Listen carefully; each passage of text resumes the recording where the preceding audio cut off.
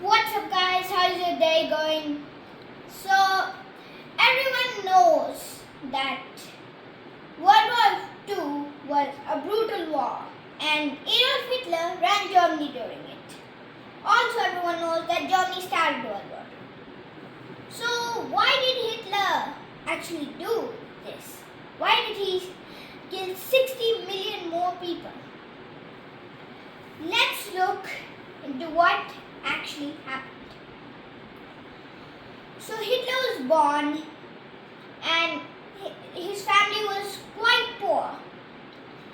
He was a good student in his school until his brother died.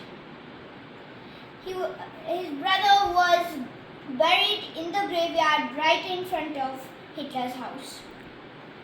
And then people reported changes in the young boy. They saw him looking up in the stars at night on the graveyard walls. He also started failing his studies. Hitler didn't really like his father, but his mother cared for him a lot.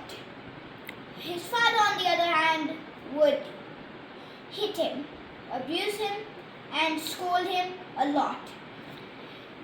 So, Hitler, when he grew up, he barely passed school, and when he grew up, he went to Vienna to become an artist. But they rejected him. They said that you cannot get into our school. He tried again, but failed. Then he was homeless. And one thing changed his life. One shot from a Serbian's gun started World War I, and that changed Hitler's life. He went to the German military and they took him. He was quite a good soldier. He received the Medal of Honor, and he also found a dog. He only took his first break from the war after his dog was stolen and supposedly killed. He took the break because his mother's health was rapidly decreasing. After she died, his doctor said that nobody else was mourned more when anybody from their family died. So, after that, he couldn't work for the military anymore because Germany's force had to be reduced. And he was very angry with the people who he believed made Germany lose the war, the Jews. Then he worked for the government as a spy to make sure that communism didn't come into Germany. There was a group which was fascist. You know, the swastika? Yeah, that's for fascism. There was a group.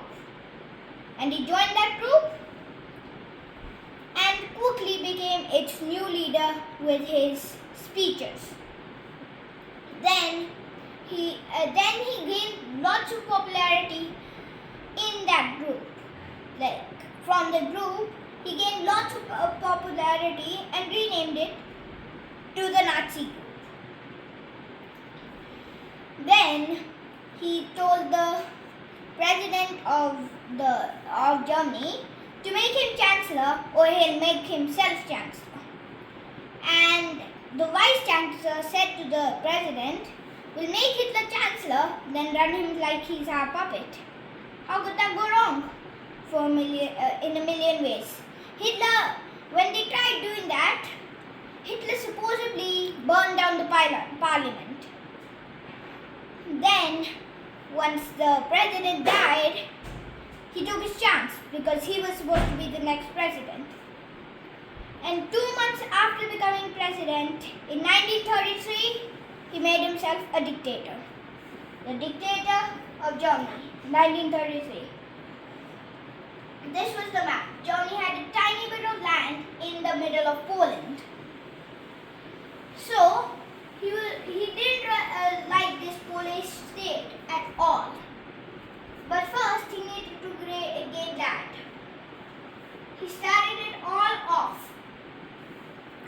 invading Austria. Easiest victory of his life. The Germans marched in, no resistance by Austrian forces. Boom, that's Germany down.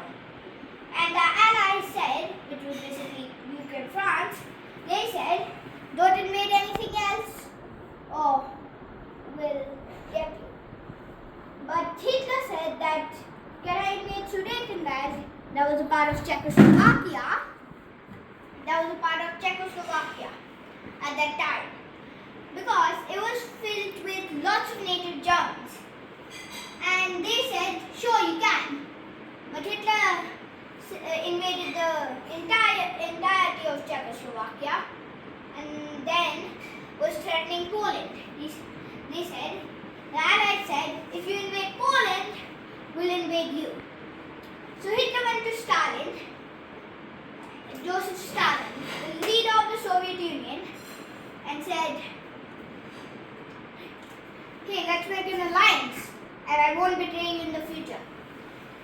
And Stalin said, sure. And then they invaded Poland. In just 35 days, they split Poland up into two.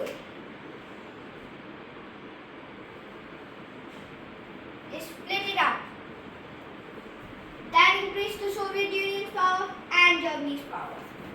Then France and Britain declared war on Germany, officially marking the start of World War II.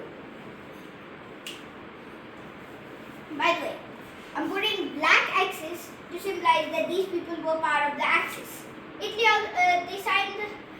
also was part of the Axis. They signed the Tripartite Pact with Japan, which also became part of the Axis.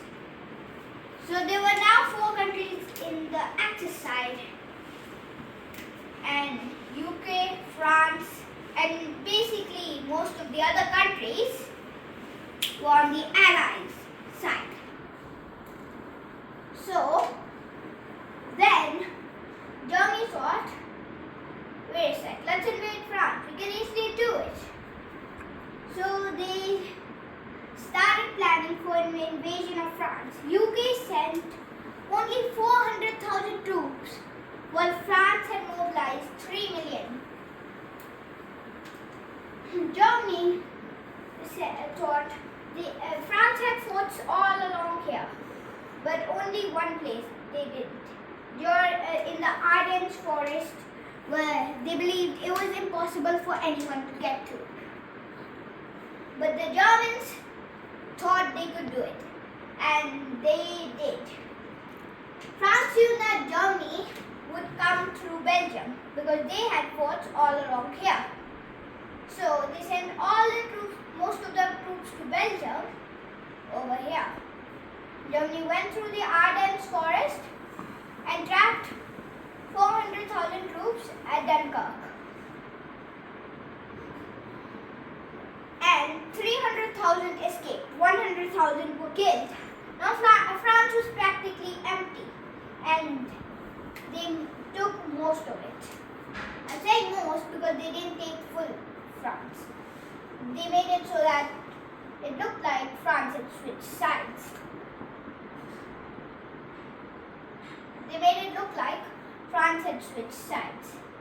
And also Italy declared war on France at this point. But France was no more.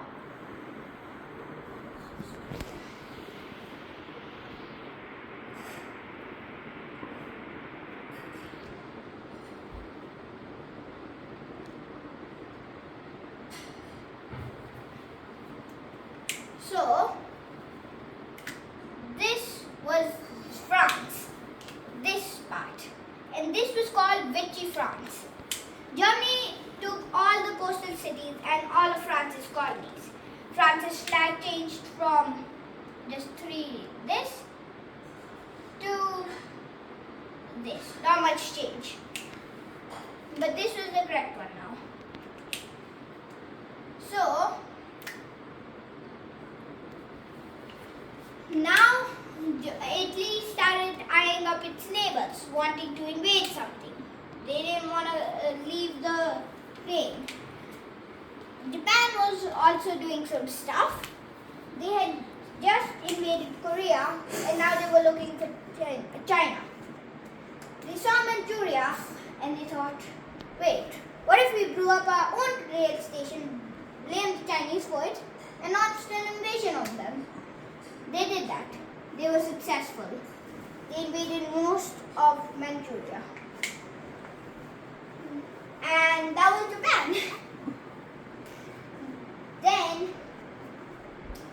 the Germans were trying to make a knockout blow to Britain. See, Britain was all alone on this its scale. It's the only orange cross here. It was all alone. So Germany tried to knock out the RAF to make Britain surrender because they didn't actually want to invade Britain. They took Operation Sea Lion as they thought once they took out the RAF, they could easily invade Britain. But they failed in the first part, taking out the RAF. Then they decided Hitler was eager for progress, so he decided to invade the Soviet Union. A big mistake from Germany. Now, he faced on two growing superpowers. But the Japanese attack on Pearl Harbor made it 3. Since the Tripartite Pact was signed, and by the way, Yugoslavia also signed the Tripartite Pact, and so did Bulgaria. Now, since the Tripartite Pact was signed, if any country invades any of these countries, then the other countries will respond to it. That meant Germany declared war on the US. No fighting actually happened in North or South America. But Germany did start to advance with troop movements they would call blitzkrieg. Basically moving in patterns like this, and then they would move around, circle the Soviets, and then they would give them that city. That's what blitzkrieg was. They were about to reach Moscow, right over here. They had reached close, pretty close to Moscow, until it got extremely cold. By the way, at this time Finland also started invading the Soviets and wanted to take one of the most important cities right over there. There was a serious 4-year siege going on in Stalingrad.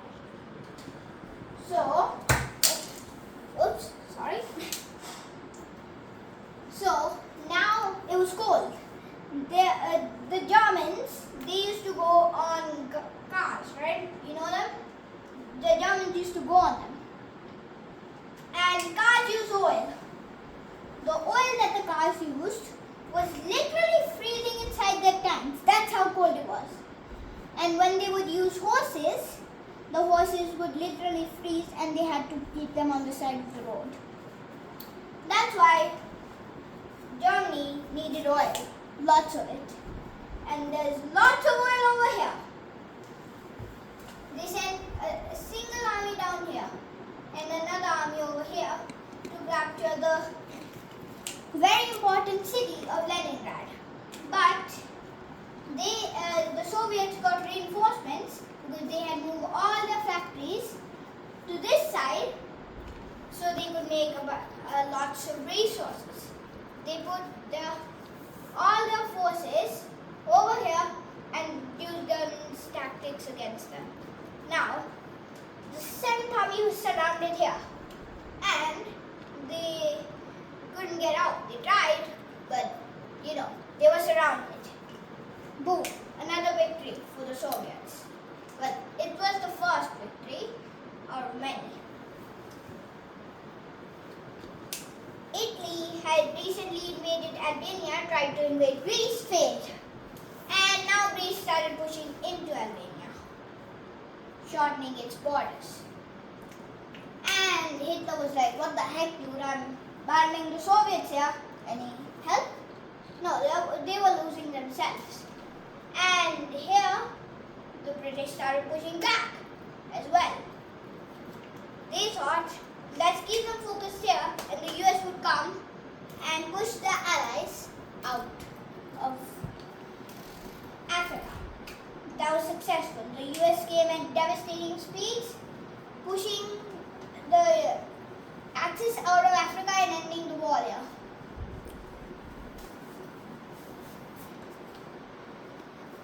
In Asia, Japan launched another invasion of Manchuria by blowing up another one of their railways and captured their capital. They captured Shanghai and then their capital, Nanking. Here, the Japanese committed the worst atrocities of the war. Since right now, both of these superpowers were winning. Italy is not good. It is like that. So, both of these superpowers were winning until now. But things would change. Because right now, we are only focusing on speed, not power. Power would eventually catch up to them as the Soviets made devastating moves, getting most of their territory back and pushing the Germans out of their country. Now, they had already captured Berlin, but Germany still had all this place to run. So, the Allies decided to finish it off on 6 June 1944 with the D-Day invasion. I'm sure everyone would have heard of this. That 10,000 troops of the D-Day invasion. 10,000 troops died in Normandy, even though it was Germany's least protected beach. Like, it was to the point that on one part of Normandy where the Allies landed, there was only one person, a Frenchman, selling beer. That was it, nothing else. So, then they had invaded this part and sent paratroopers back to make something like this. The Germans had been encircled right over here. And like that. The Germans, Hitler said, remember a few years ago when we went through the Ardennes and encircled the French at Dunkirk? Let's do that again. They did it, encircled an American force. They said, sir, the Germans have encircled us. What reply do we give? They said, surrender or we'll destroy your force. Americans said, nuts.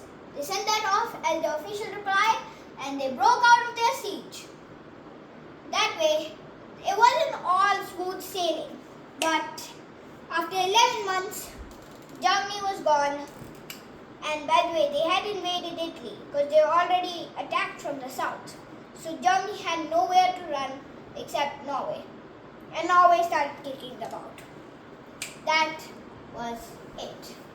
Finland had to face very little consequences and these two countries really did anything. Finland had to shorten the borders a little and these two countries had nothing for them. Italy was saved and Germany was divided. Germany and Austria in the Potsdam Agreement 1945. But we still have one competitor left. Japan. Now power just caught up to them. They had invaded UK as well. And Soviet forces were lining up, getting ready to attack the top of Japan. US had different plans. They nuked Japan twice, killing about 200,000 people and ended the war. Thank you, and I hope you enjoyed this video.